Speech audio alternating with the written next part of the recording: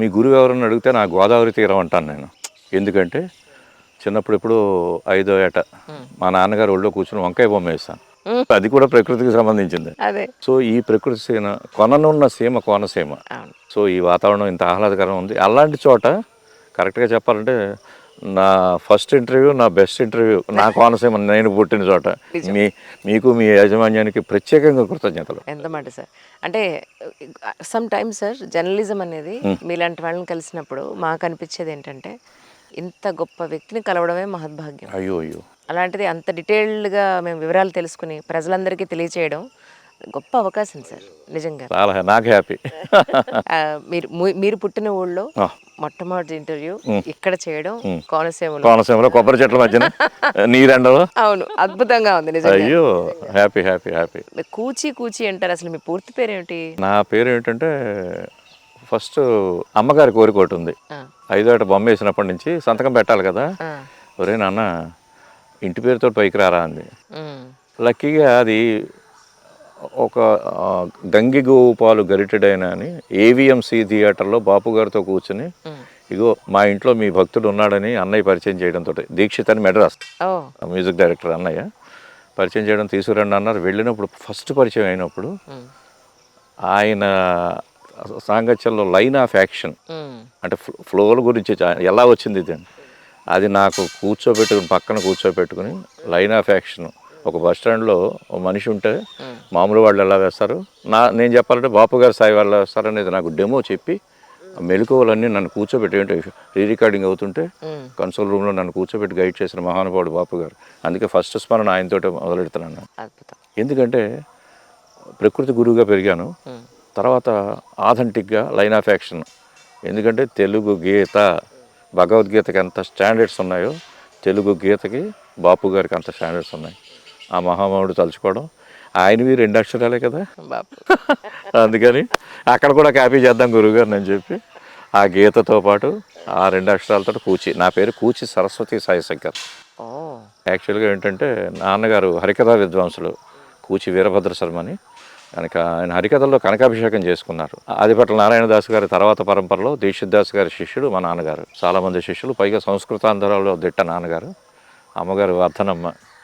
ఇంటి నిండా fine arts family. మీరు మ్యూజిక్ అనుకోండి, సాహిత్యం అనుకోండి, థియేటర్ అనుకోండి, అన్ని. చిత్రకళ నేను వచ్చాను. ఇది నా బ్యాక్గ్రౌండ్. బ్లడ్ లోనే ఉంది అయ్యో ఆర్ట్ అనేది. అంతే కదా సార్. అలాగే. ఇప్పుడు అతి చిన్న వయసులో మీరు ఫస్ట్ టైం బొమ్మ వేసినప్పుడు మీ వయసు ఎంత ఉంటుంది చెప్పండి? 5వ ఏట అండి. మరి ఇంకేమిటి చెప్పండి. అది కూడా పెద్ద విచిత్రం ఏంటంటే, అంటే అన్నప్రాసన నాడు ఆవకాయ అన్న అంటారు కదా. ఆ నాన్నగారు మెడ్రాస్ ప్యారిస్ నుంచి నాన్నగారు కథలకు తిరిగినప్పుడు జపాన్ కలర్స్ అట. నాకు అది తెలియదు అప్పుడు.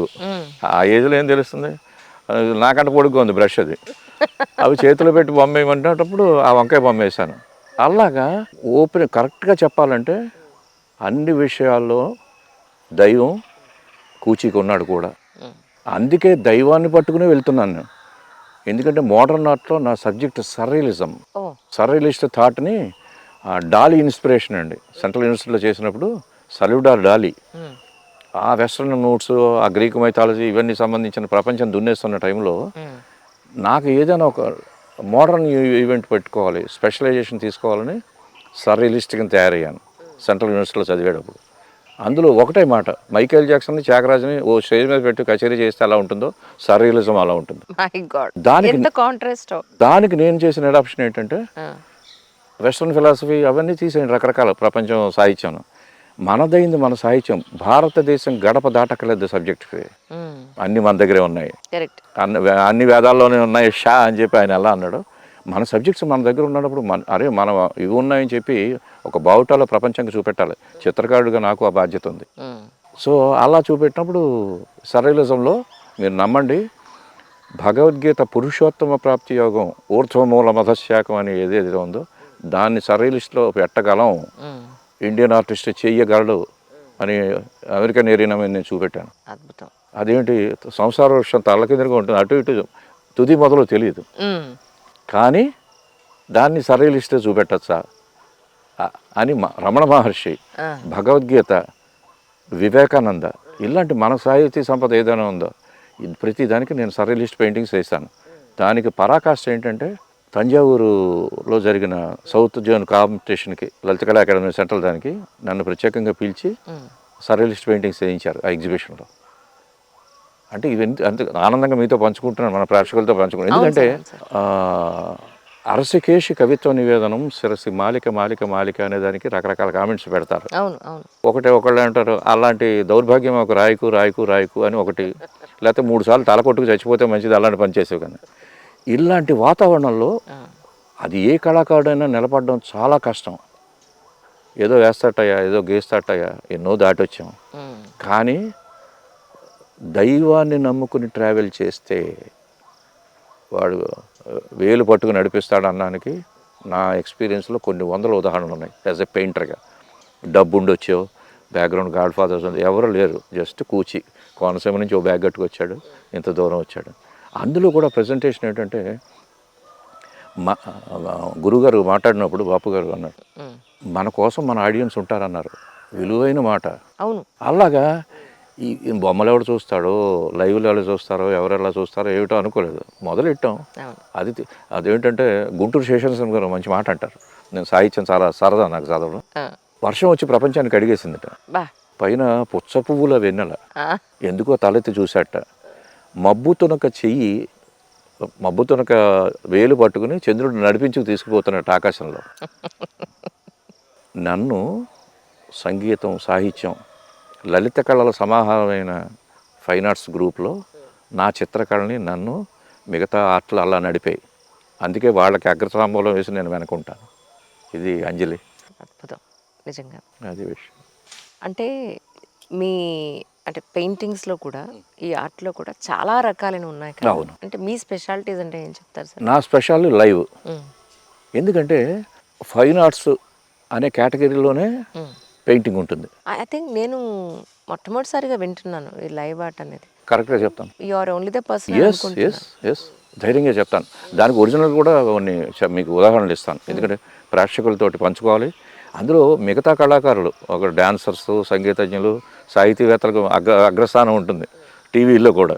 పాపం మాకు కూడా ఇంత స్థానం దొరికినందుకు నాకు ఆనందంగా ఉంది. సరదా. అందులో ప్రఖ్యాతమైన ఇలాంటి ఛానల్ నుంచి, అందులో మా అంజలి నుంచి ఇంత చక్కటి ఆఫర్ అంటే చాలా ఉత్సాహంగా ఉన్నాను. పైగా నా పుట్టినూరులో. ఇక్కడ ఏంటంటే 4 గోడల మధ్యన చిత్రకారుడు బొమ్మేస్తాడు. ఎవడేసాడో సంతకం పెడితే తెలుస్తుంది. సంతకాన్ని కూడా ఎవరు పట్టించుకోరు, ఎందుకంటే మెయిన్ స్ట్రీమ్ బొమ్మ కనపడుతుంది కాబట్టి.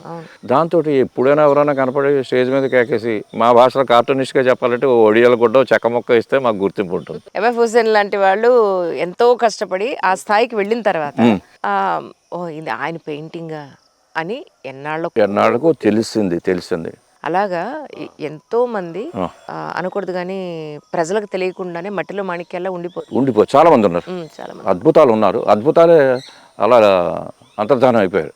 ఇక్కడ స్పర్ధయా వర్ధతే విద్యాంజలి. నాకు చాలా పోటీ పడ్డం చాలా. మా గురువుగారు బాపు గారు ఇలా వేశారు, బ్రహ్మ కరిగిన పాదం అంటే మరి కూచి ఎలా వేస్తాడు. నాకు నేనే శిష్యుడిని, నాకు నేనే గురువుని, నాకు నేనే మంచి క్రిటిక్ అయితే మంచి ప్రోడక్ట్ వస్తుంది బయటికి. కరెక్ట్. అది ఫాలో అవడంలో నేనేంటంటే వైజాగ్ ఆంధ్ర యూనివర్సిటీ నాకు వరం. డబ్బులుండి వచ్చిన వాడిని కాను, గాడ్ ఫాదర్ ఎవరు లేరు. అమ్మ 60 రూపాయలతో నన్ను చదువుకు పంపించింది. ఆంధ్ర యూనివర్సిటీలో 144 మందిలో ఫస్ట్ వచ్చాను సెలెక్ట్ అయ్యి. అది వైజాగ్ వాతావరణం నాకు నచ్చింది. లైబ్రరీ ఇంకా నచ్చింది. ఆ 5th ఫ్లోర్కి వెళ్ళి నేను కొన్ని వేల స్కెచెస్ వేశాను. వైజాగ్ నేను వేయిన స్కెచ్లు లేవు నా లైఫ్లో. ఇవన్నీ చేస్తుంటూ నేను ఏంటంటే సైమల్టేనియస్గా నాకు చుట్టుపక్కల ఫైన్ ఆర్ట్స్లో ఏం జరుగుతుందో చూడడం చాలా ఇష్టం.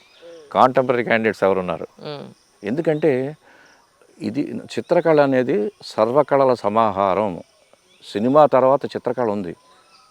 ఎందుకంటే గమ్ముని ఎవరో వస్తారు, ఓ డాన్సర్ వచ్చి నాకు త్రిభంగ పోజు కావాలని అంటారు.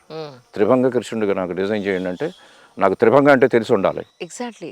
అందులో ప్రావీణ్యం లేకపోతే ఆయన చెప్పగానే మీరు ఎలా వేయగలరు? రైట్ అండి. దాని గురించి పూర్తిగా తెలుసుకోకుండా ఎలా వేయకూడదు. సరే అలా వచ్చాడు, లేకపోతే ఇంకోళ్ళు వస్తారు, కూచి గారు నిషిద్ధ వర్ణం, బ్లాక్ టచ్ చేయకుండా, బ్లూ టచ్ చేయకుండా కృష్ణుని చూపెట్టాలి, చెయ్యండి అంటాడు. ఇలా ఆధునిక రకం, లేకపోతే అటజని కాంచ అని చెప్పి మనుచరిత్రలో వేయండి అంటాడు, అది తెలియదు నాకు. లేకపోతే సంగీతజ్ఞులతో ట్రావెల్ చేస్తున్నాను, రామాభిరామ మనసు రంజిల్లో పలకరాదా, ఏది బొమ్మ వేయండి అంటాడు. ఇలాంటి అటాకులతోటి నేను వాళ్ళందరూ నన్ను అలా ప్యాడింగ్ ఇచ్చి నిలబెట్టారు. దానికి నేనేంటంటే నాకు అక్కర్లేదు మిఠాయి పొట్లం పేపర్ కూడా చదివేస్తాను నేను. ఎందుకంటే ఎక్కడి నుంచి స్మైల్ అంటాడు, డాలీ నుంచి గాలి అంటాడు. అలాగా మహామౌలు అనర్ఘరత్నాలు తవ్వి పోసేశారు మనకి. నిత్య కళాకారుడు మామూలు వాళ్ళు ఎలా అనుకోవచ్చు, ఎస్పెషల్లీ కళాకారుడు నిత్య విద్యార్థి నడిపించి తీసుకుపోయే చంద్రుళ్ళు ఉన్నారు మనకు కూడా. మబ్బుతో చిన్న చిన్న అడుగులు వేసుకుంటూ వెళ్తే డెఫినెట్గా సోపానాలు. అందులో ఇక్కడ నేనేంటంటే వైజాగ్ నాకు ఇన్స్పిరేషను. ఆ కళాకారులు నా కాంటెంపరీ మా మహామౌలైన ఆర్టిస్టులు ఉన్నారు ఇప్పుడు ఎదిగిన వాళ్ళు నా కాంటెంపరీ. వీళ్ళందరూ స్టేజ్ ఎక్కడం, కచేరీలు చేయడం, చప్పట్లు కొట్టించుకోవడం, శాలువాలు కప్పించుకోవడం, పొగిడించుకోవడం. నేను నా గదిలో ఏడుస్తున్నాను. నాకు భలే కోపం వచ్చింది. వీళ్ళందరూ ఇలా చేస్తుంటే నేను ఎందుకు చేయకూడదని చెప్పి అనుకోకుండా అక్కడికి ఎక్స్పీరియన్స్ ఏమిటంటే ఏ సభ అయినా, అది నాటకం అవ్వచ్చు, పొయిట్రీ, కవి సమ్మేళనంలో వచ్చి దేనికి వెళ్ళినా నాకు కూడా స్కెచింగ్ ప్యాడ్ ఉంటుంది. వాడు చేస్తున్న దానికి సభలో కూర్చొని బొమ్మలు వేసేవాడిని. ఆ విచిత్రం ఒకసారి గాడిపెండ్ల బాలకృష్ణ ప్రసాద్ గారు ఈ మధ్యనే కాలం చేశారు. నాకు నేనంటే చాలా అభిమానం. ఆయన అన్నమయ్య పదయజ్ఞం చేసినప్పుడు త్యాగరాయ సభలో నేను సభలో కూర్చొని బొమ్మలు వేసాను. 108 కీర్తనకి 108 స్కెచెస్ వేశాను. ఇప్పటికే ఆయన అంత ఫాస్ట్. ఎందుకంటే మొన్న రీసెంట్గా తెలిసింది ఏంటంటే 38 సెకండ్స్లో నా స్పీడ్ ఉంటుంది పెయింటింగ్, లైన్ డ్రాయింగ్ 8 సెకండ్లో ఒక డ్రాయింగ్ వేసేయచ్చు. అవన్నీ చూసేటప్పటికి ఆ ఇన్స్పిరేషన్లు సభల్లో మన పేరణి కానీ, ఆంధ్రనాట్యం కళాకృష్ణ గారిది అమలాపురంలో ఉన్నప్పుడే ఇక్కడ డ్యాన్స్ జరుగుతోంది.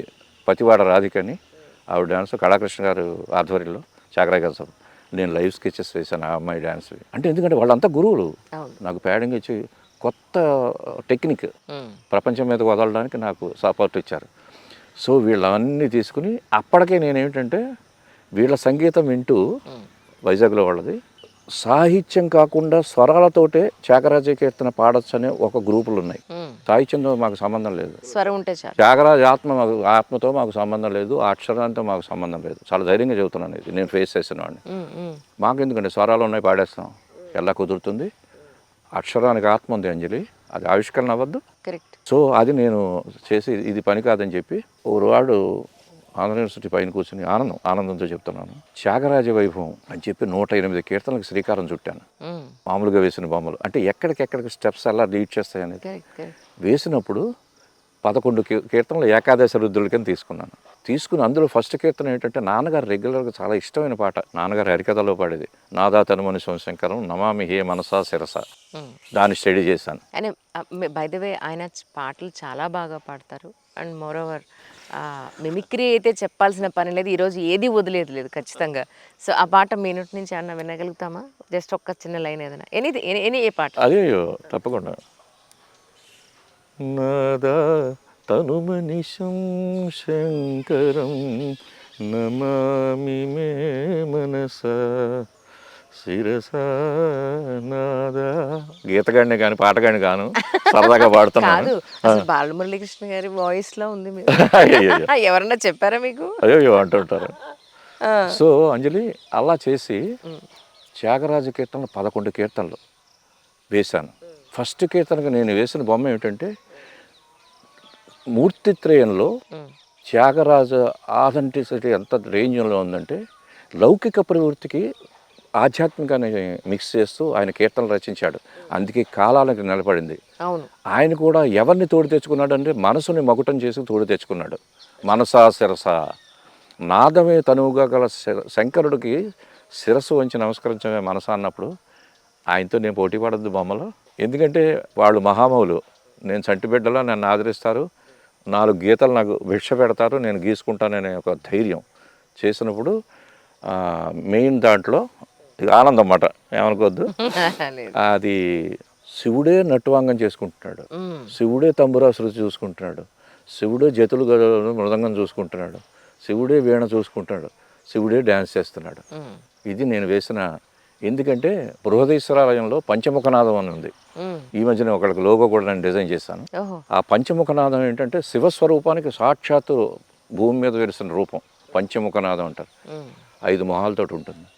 అలాగా పెయింటింగ్లో కూడా 5 శివస్వరూపాలని నేను డిపిక్ట్ చేస్తే ఇలా నేను మొత్తం 11 కీర్తనలు చేశాను. నేను వేసుకున్నది నాకు ముద్దే, కానీ బయట నాది కాని ఫీల్డ్లో అడుగెడుతున్నాను.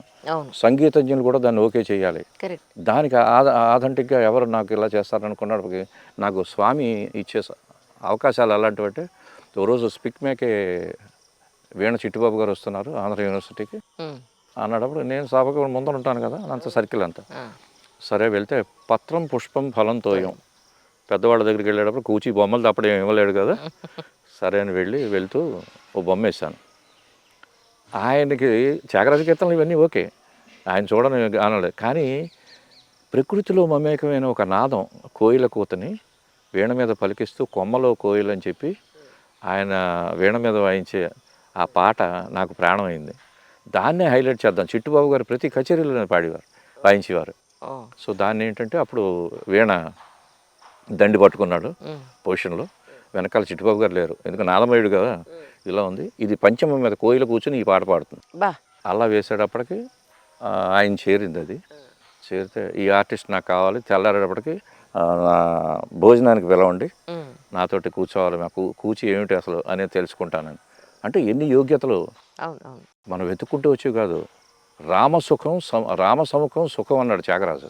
అలాగే ఈ పెద్దవాళ్ళతో నేను తిరిగిన వాళ్ళందరూ మా కూర్చి అని వాళ్ళు ఇచ్చిన ఫీడ్బ్యాకే వేళ అంజలి ముందర మీ ప్రేక్షకుల ముందర నన్ను కూర్చోబెట్టింది. చాలా ఆనందంగా చెప్తున్నాను. వెంటనే వెళ్ళినప్పుడు ఆయన ముందర పెయింటింగ్ వేశాను కదా, ఒక కార్టూన్ వేద్దాం అనిపించింది. వెంటనే ఏమిటంటే వీణ లేకపోతే సరస్వతీదేవిని ఎవరు గుర్తుపట్టరు, అమ్మవారి కింద ఉంటారు. ఆకాశంలో వీళ్ళిద్దరూ కూర్చున్నారు, బ్రహ్మ సరస్వతులు. ఆవిడ కొంచెం వయ్యారంగా కూర్చుంది వీణ లేకుండా. సరువు ఇలా కూర్చున్నావు నువ్వు అంటాను, నీ వీణ ఇది అంటాడు. ఒకసారి కిందకి చూడండి అంట. గూగుల్ సెర్చ్లో కిందకి వెళ్ళేటప్పటికి రోడ్డు మీద చిట్టిబాబు కదా, చిన్న నిక్కర వేసుకుని వీణట్టుకుని నడిచి వెళ్ళిపోతుంటాడు కచేరీ. అంజలి పిండుకోవాలి, కానీ చెప్పాను కదా భారతదేశం గడప దాటక్కలేదని. ప్రతి అందమైన షడ్రుచుల్లాగా ఎలా ఉన్నాయో, లేకపోతే అలాగే మన స్వరాలు ఎలా ఉన్నాయో అలాగే నవరసాలు మనం ప్రతిదీ డిపెక్ట్ చేయొచ్చు.